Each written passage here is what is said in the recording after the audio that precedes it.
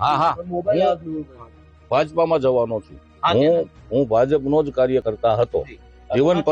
જીવન પર્યંત મેં ભાજપાનું કામ કરેલું છે.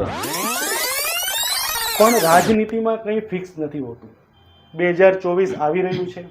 તમે જે રીતે એગ્રેસિવલી જઈ રહ્યા છો, ભાજપનો ભૂતકાળ કહે છે કે ભાજપ હંમેશા આ રીતના કોઈ બી એગ્રેસિવ નેતા હોય તો એને કોઈ પણ સામ દામ દંડ ભેદ કોઈ પણ રીતે એ પોતાની સાથે લઈ લે છે. આપણે ત્યાં એક્ઝામ્પલ ઘણા છે.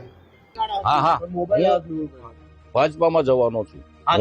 હું ભાજપનો જ કાર્યકર્તા હતો. જીવન પર્યંત મેં ભાજપાનું કામ કરેલું છે. ચૈતર વસાવા સામદામ દંડથી વિચલિત નથી થવાના. ચૈતર વસાવા છે એવા જ રહેવાના છે અને આવનાર દિવસોમાં આમ આદમી પાર્ટી સાથે રહીને જ આગળ વધવાના છે.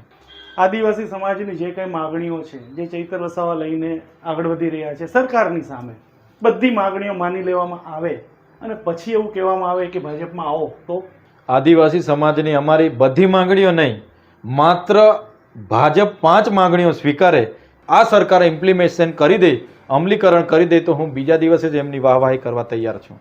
વાહવાહી નહીં, ભાજપમાં જવા તૈયાર છો? બીજા જ દિવસે વાહવાહી કરવા તૈયાર છું ને ભાજપ બોલાય તો ભાજપમાં બી જવા તૈયાર છું. આ 5 વસ્તુનો અમલવારી થઈ જાય પછી